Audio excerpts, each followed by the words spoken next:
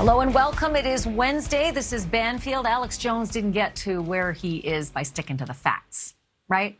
Can we be real?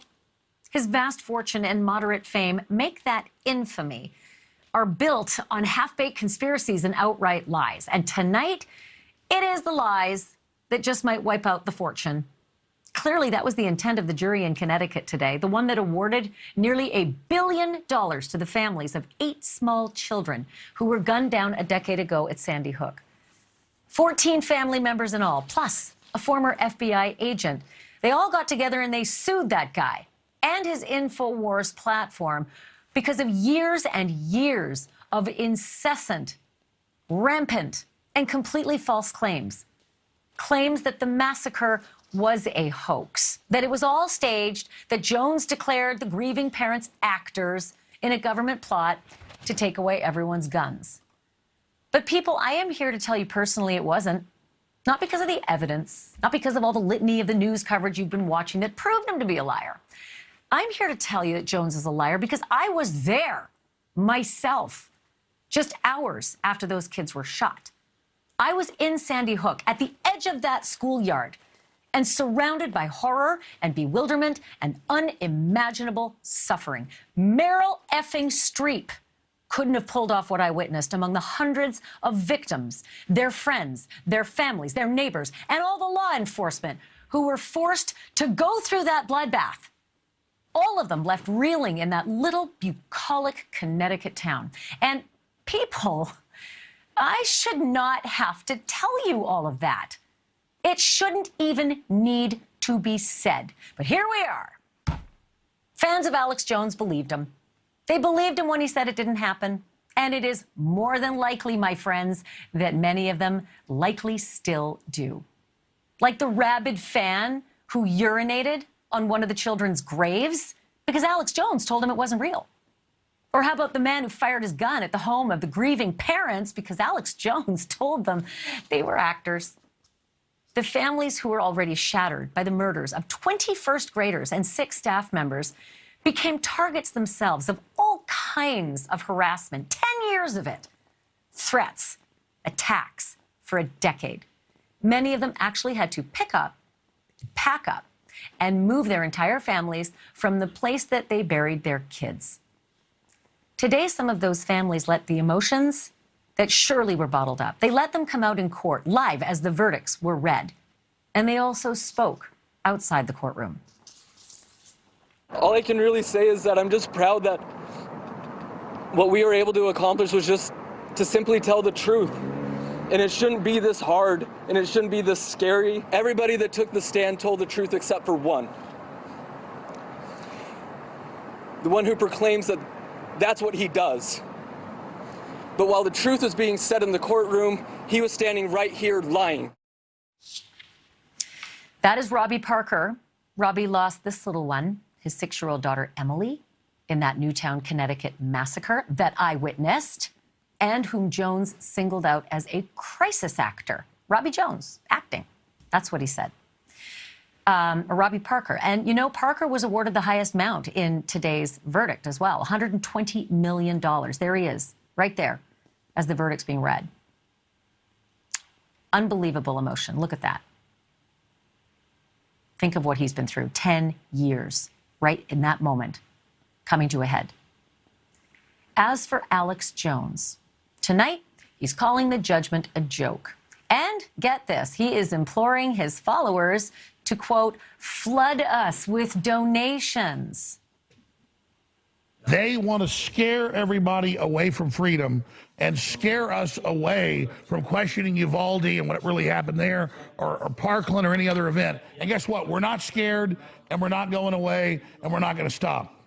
And literally, for hundreds of thousands of dollars, I can keep them in court for years. I can appeal this stuff. We can stand up against this travesty, against the billions of dollars they want. It's a joke. Well, it wasn't a joke in Texas. Remember that, Alex Jones? That's where you were back in August and where you lost yet another Sandy Hook lawsuit. Jury there awarding the parents $49 million. But under state law, that amount will be capped at less than $1 million. And we're not going to stop there because there's more reporting here. A third trial is coming later this year.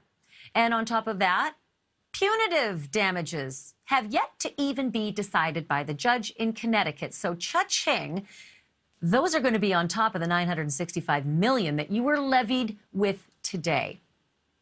So wipe that smirk off your face, Alex Jones. But when do the families collect? Can they? Can they? Will they? Will it actually happen? In the Texas case, a forensic economist hired by the plaintiffs estimated that the worth of Alex Jones and his companies is about $270 million tops. That's nowhere near $1 billion, but that's a lot of money, $270 million. And Jones, of course, is trying hard to even put that money out of reach by moving it around and transferring it and moving his property to his wife and, you know, the typical moves, filing for bankruptcy, which, by the way, the Sandy Hook families are way ahead of him. They're fighting that too. And amid all of this, it is important to remember that civil cases, civil judgments, they usually do not come with a cop. Collecting on these judgments, just ask the victims of this guy, O.J. Simpson, because 25 years ago, Simpson was ordered to pay the families of Nicole Brown Simpson and Ron Goldman, for who he was discovered to have been responsible for their murders, $33 million. You can add a whole lot of interest over 25 years, and it's fast approaching $100 million. But so far, O.J. Simpson, with his big old grin, has paid only $133,000. And every single penny of that came with a fight for these people in their grief, because their grief doesn't end. Your golf game may be getting better, but their grief has never ended. Jones can also appeal all of these verdicts like he blathered on about on his show. And his attorney says that that's the plan. But message to your Connecticut attorney, you're going to have to be paid unless you're doing it for the fanfare. As for whether any of this has a chilling effect on a much wider problem, the conspiracy industry in America, well, that's kind of unclear at this point.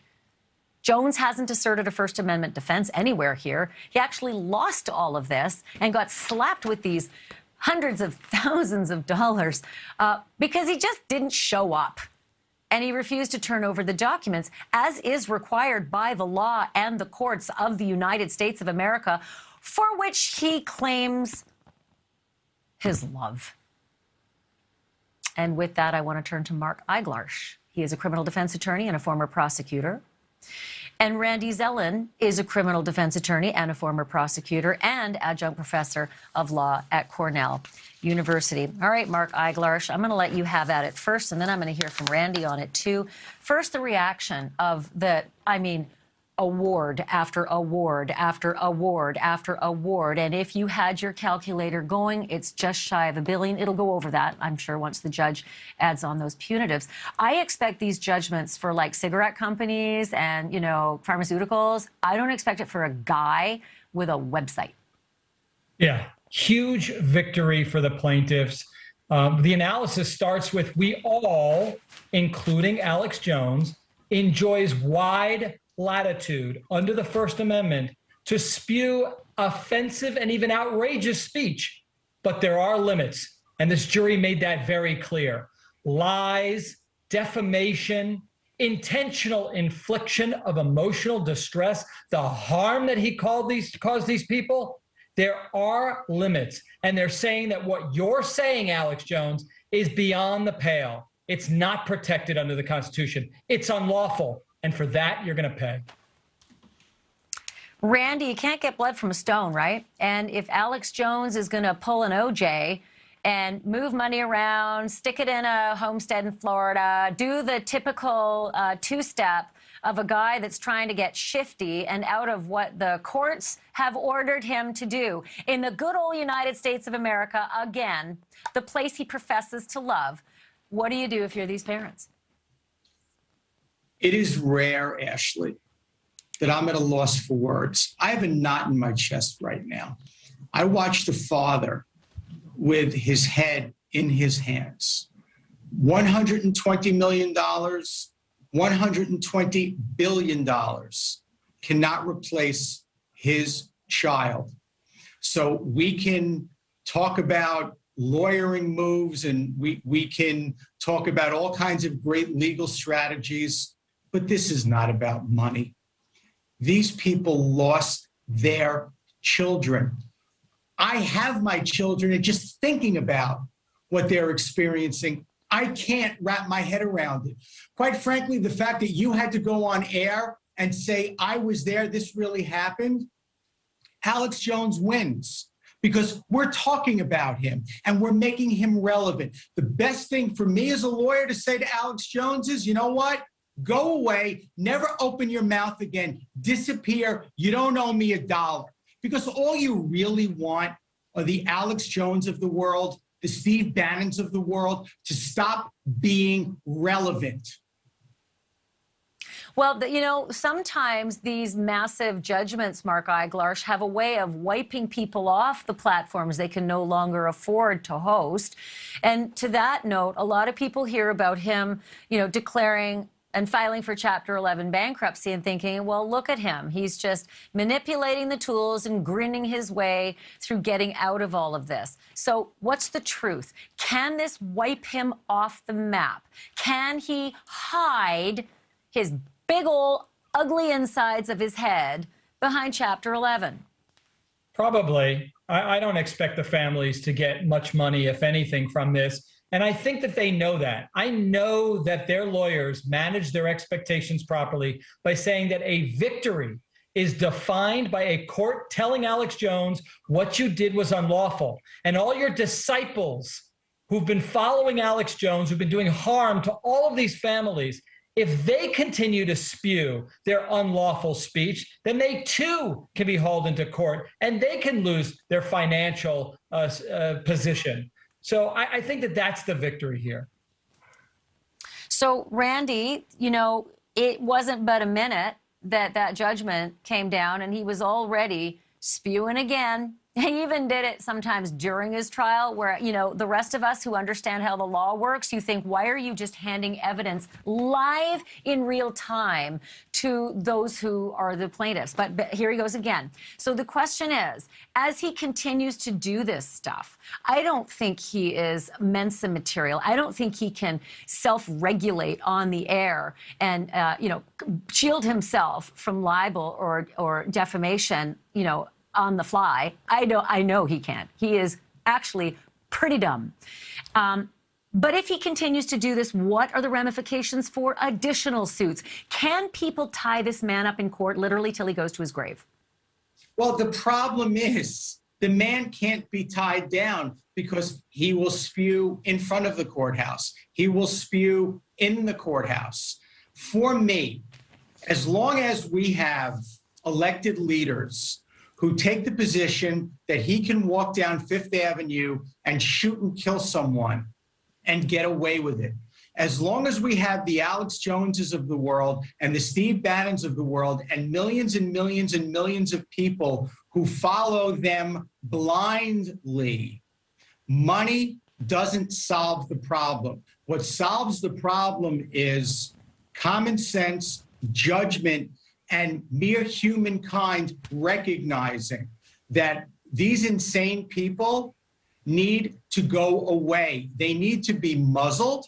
They need to become irrelevant. So for me, he's going to keep going. And as he said, he'll find people to make donations to pay his lawyers. He'll get people to put up money and buy him a house or rent him a house. He'll have his money in other people's names, people taking care of him. This man's not going to change until the day comes that nobody cares about what he has to say. Got to leave it there. Guys, thank you so much. Really appreciate it. Mark Eiglarsh and Randy Zelin doing the legal analysis for us tonight. Thank you for watching. Go to newsnationnow.com to find NewsNation on your television provider. And don't forget to click the red subscribe button below to get more of NewsNation's fact-driven, unbiased coverage.